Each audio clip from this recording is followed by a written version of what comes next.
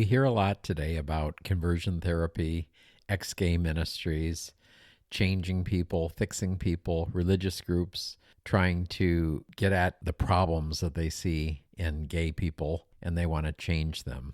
In this interview today with Jeff Coe, we're going to be discussing this whole issue firsthand. Jeff, when he was younger, was gay, and then he got converted, quote unquote, and became an ex-gay or non-gay, and then after a while became gay again, and back and forth. This is his journey. Kind of interesting, the ups and downs and the ins and outs of this. Give a listen. Good morning. Wilkinson here.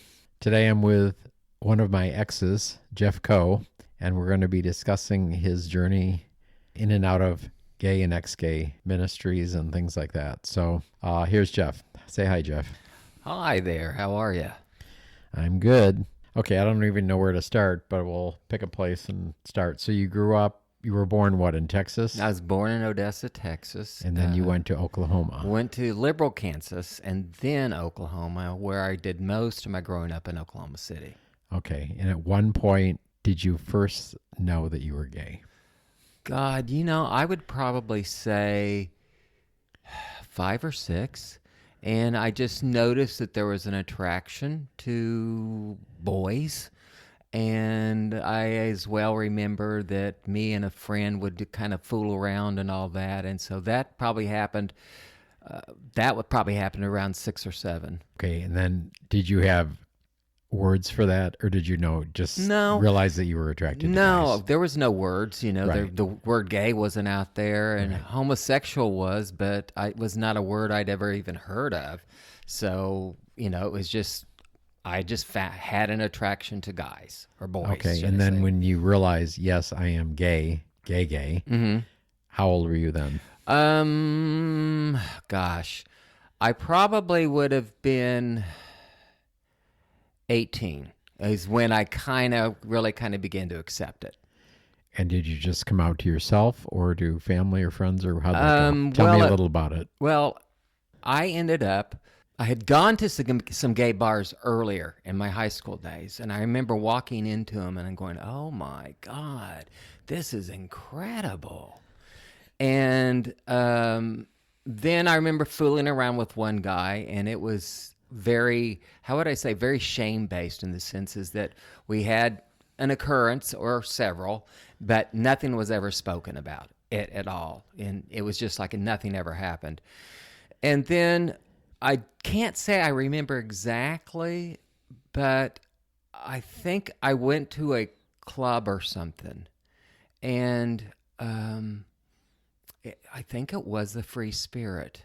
The thing that sticks out in my head more than anything, kind of when I would say I was really coming out was, I remember I had a guy come over, and of course he was older, and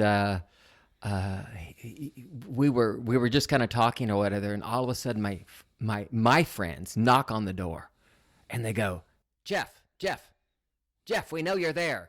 Answer the door. And I just was silent.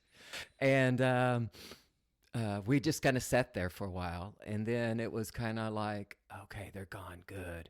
And I think that's kind of what I would almost feel like is my first time of kind of like saying, okay, I think I'm gay. And then I guess we missed the part, you grew up in a Christian home, correct? Yes, I grew up in a Christian home. And your parents were very Christian, right? Well, it wasn't like they became.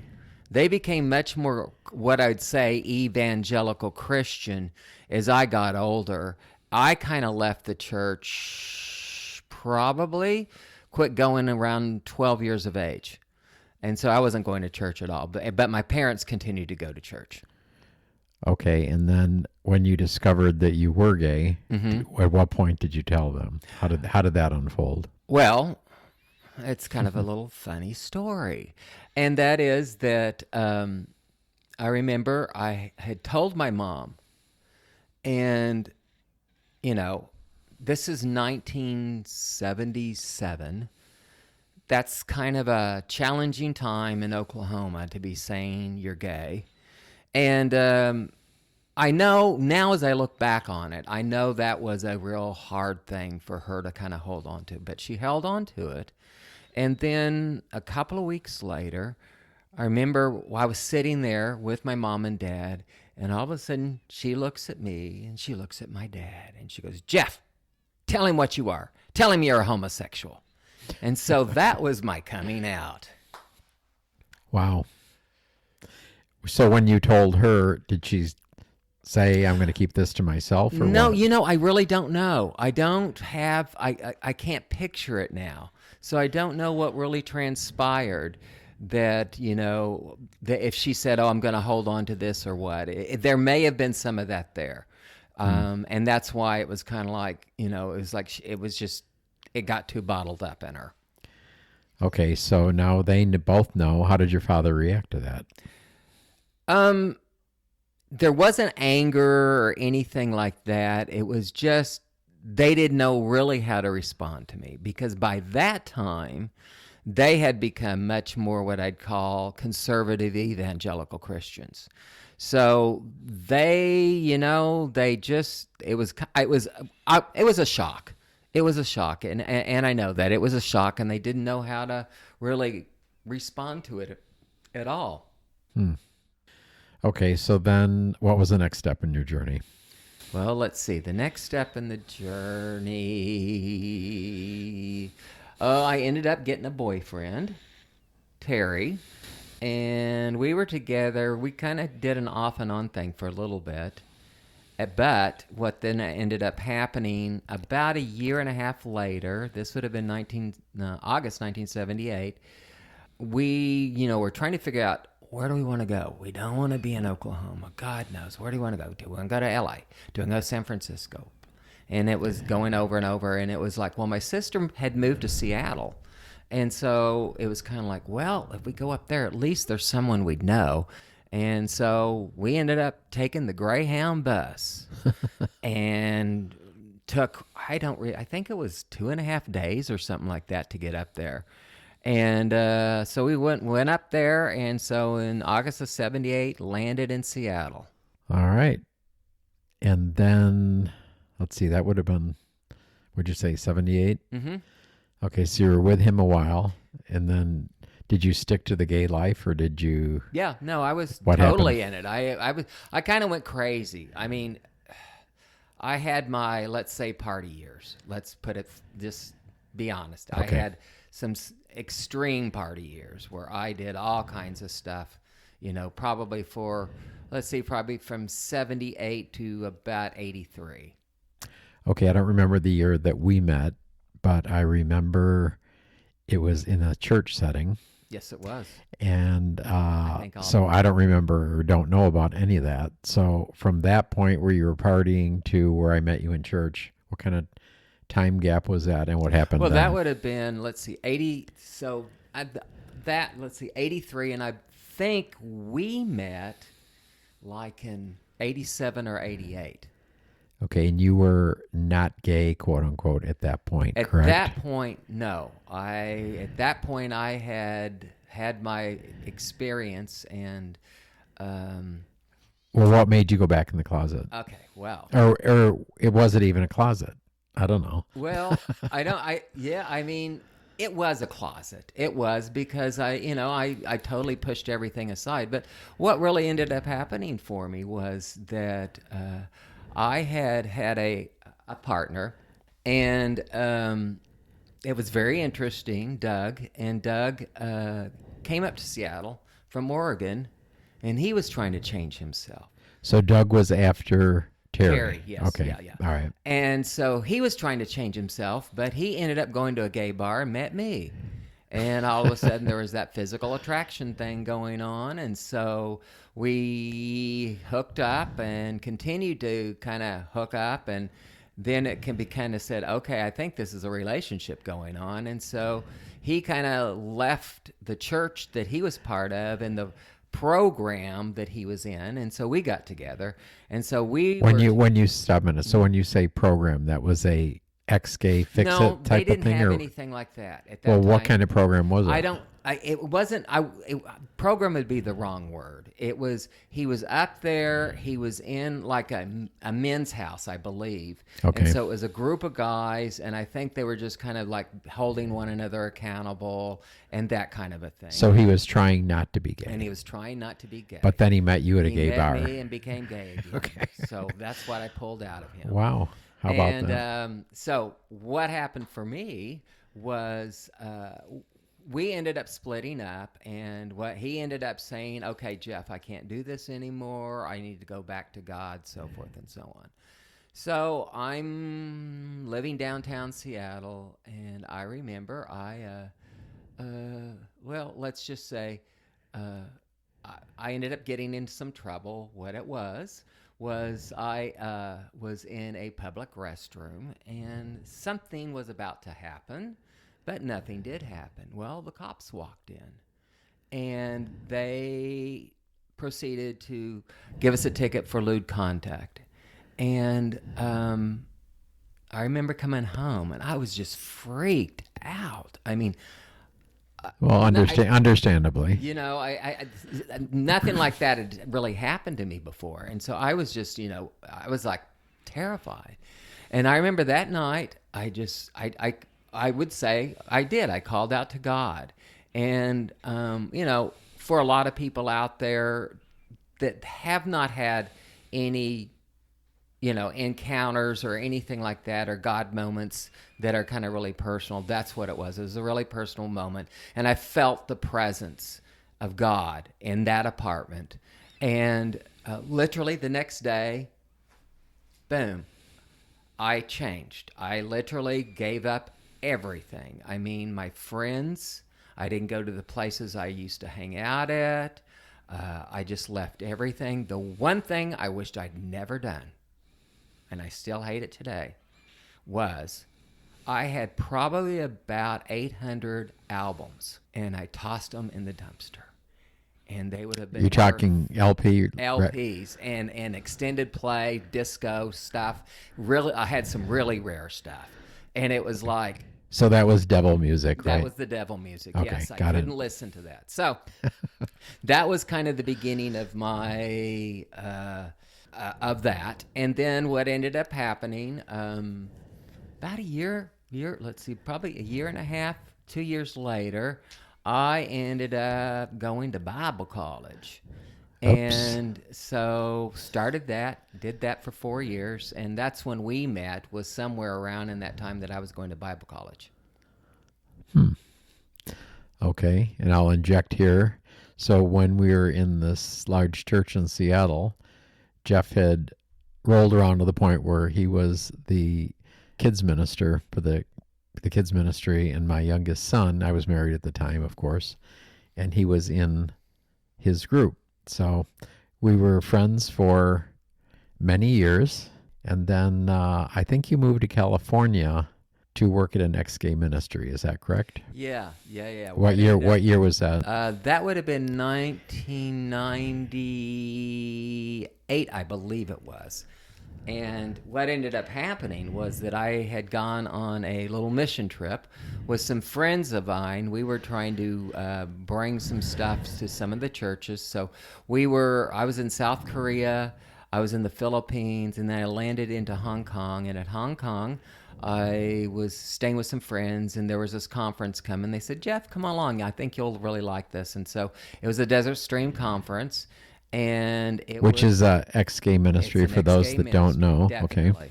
It's an ex-gay ministry, and it spoke to me because of where I was at, and so I was there, and the leader of that, Andy Comiskey, started talking to me. I don't remember if it was. Yeah, I think it was there. He asked me if I wanted to come down and do an internship with them, and they were in Anaheim, California. So then that's where I come in, because I got divorced in 99 and went to Europe by myself and came out to myself. I didn't know I was gay, similar to your story, but I knew I was different, and I was attracted to men, but I didn't know I was gay. But after I got divorced and I went to Europe, I went with some friends. It didn't work out, and I ended up by myself for 3 weeks. And so I had a lot of thinking time. Came out to myself after looking at my life and saying, duh. And came home, read some books, and came out in late 99. And that's when I had my short list of people to come out to. You were on the list. And lo and behold, you were working at the XK Ministry. So that wasn't a match. It was oil and water. So we didn't talk for what, 7 or 8 years, see, I think, something that like was that. 99. It wouldn't have been until really, I mean, we may have talked in 2006, but it really wasn't until 2007. Right. Picking up my journey. So in 2007, I would have had my first two partners. We split up, and then I was in the I hate men mode for after I broke up with Michael. I said to myself, the perfect guy for me would be Jeff Coe. It's too bad he's not gay. Well, of course, I thought you were not gay, that you were working at the XK Ministry. A month later, you got a hold of me on an email because your parents were moving to a nurse retirement home, and you said you want to talk to me. Well, of course, my first three thoughts were, wonder what that's about.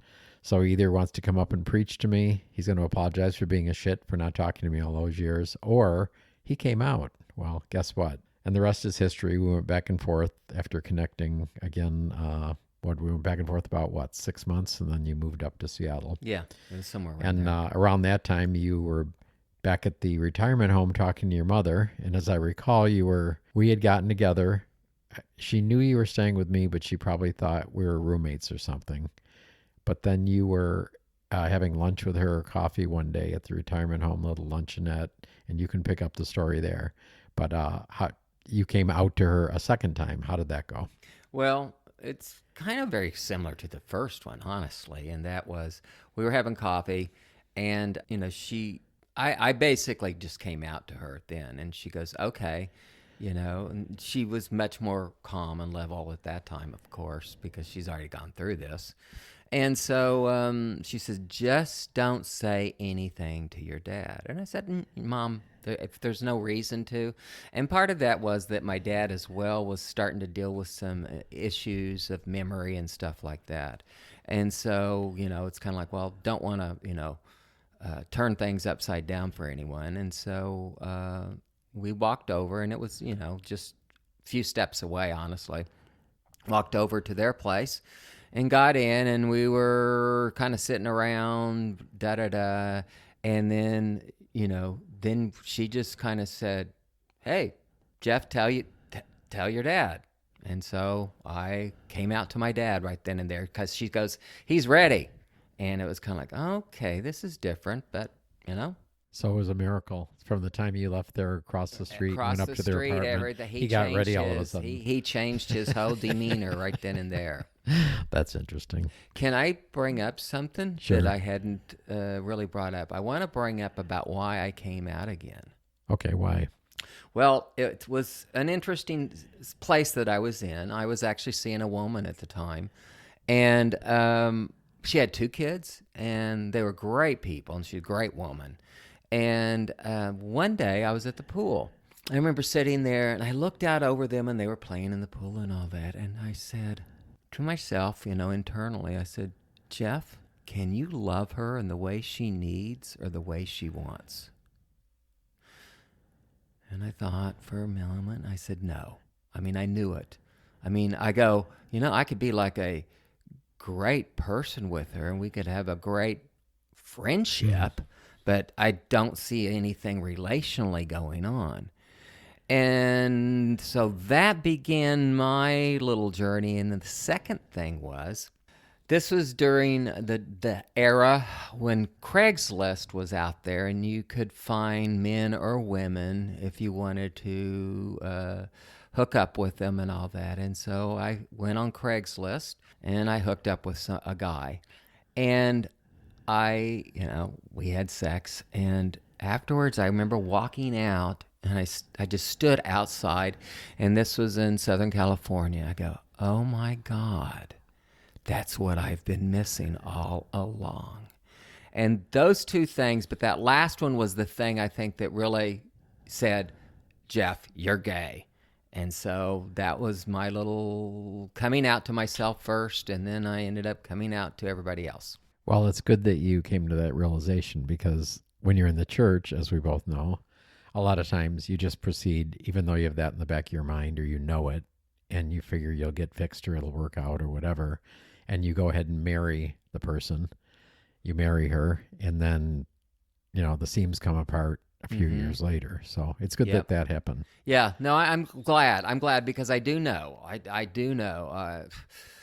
I can't tell you how many people I know that that's what's happened for them. That Right. that they got married to try to fix themselves, really. Right. And and of course that never works. So, how do you feel about the whole ex-gay thing today? I mean, you've been in and out of it, up and down. So, what are your thoughts on it? Is the whole thing fake? Is there some good in it? What are your thoughts? I mean, I think there's good things in it. In a sense, there's the program that that we kind of ran. I mean, there's some good things that can happen in it because you can have a place that you can actually talk. Right. And open up about what is and what isn't going on in your life. So the thing is that you've at least got people that you can share your life with, which I think is always really good for everybody because we all need that. But it's from the standpoint of you can be fixed or you can change. Yeah. And do you believe you can be changed? No, I don't anymore. I mean, I've seen way too many people. I've seen way too many people even that were once part of the whole ex-gay movement, all of a sudden, they come out again, just like me, because, it's kind of like, okay, this really isn't working. Okay, so there's some good in it, but what I'm hearing from you is that it's not really therapy, but it's friendships, and you can share your heart and your story and stuff like that. So that's the good part of it. Right. But obviously, you've seen some damage that it does. Oh as yeah, well, definitely. Right? I mean, even for myself, it took, let's say, it took a while for me to kind of really accept that I was gay. I mean, I had, these things of, should I do this? Should I do not do that? Is this right? Is this wrong? Blah, blah, blah. So I would go into, is this good or is this evil? That kind of a thing. So it took me, quite a while to kind of rid myself and all, the language that we used and all that kind of stuff. So it was a little bit of time for me to really come clean and all of that. Okay. Do you have any regrets in all of that story?